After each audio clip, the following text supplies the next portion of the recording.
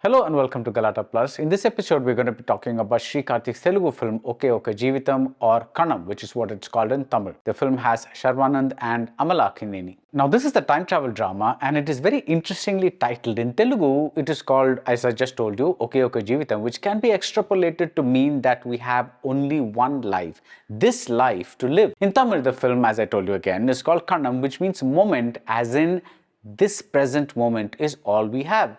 The theme, in other words, is time, and what better way to understand how time affects us than through a time machine, which allows us to revisit the past or see the future. Like the Dhanush character in Tiruchitrambalam, Adi, played by Sharwanand, is someone who wants to go back to a time before his mother's death changed his life forever. But he cannot, at least not until he gets access to that time machine.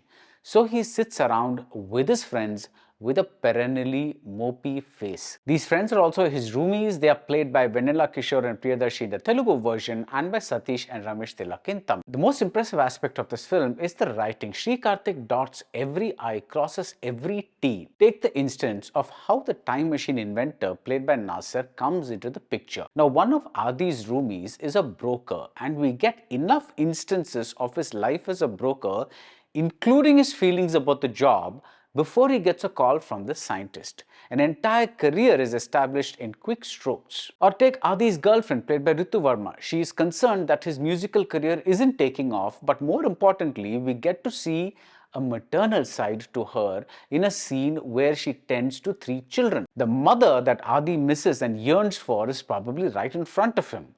Or take the way Adi's relationship with his father in the later stages plays out without any dialogue, because none is needed. Now, why isn't Adi's musical career taking off? The reason is connected to his mother, and it could also be seen as a metaphor for his inability to move on.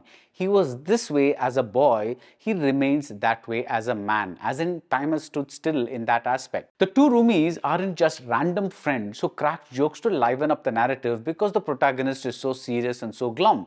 Like Adi, both of them have unresolved issues that may be solved through that time machine.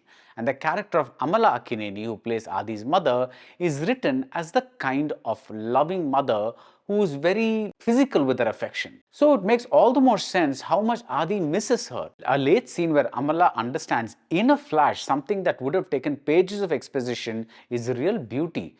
Sri Karthik stages scenes nicely with minimum fuss, and he takes his time. But while this approach works on a scene-by-scene basis, the film as a whole, when you take the film as a whole, seems to take its own time. And this becomes a small issue because, with the exception of a misguided chase involving cops, and it's also very tonally off, this chase, with the exception of this event, this is a mostly eventless movie. The focus is on emotions rather than on twists or frantic time travel adventures.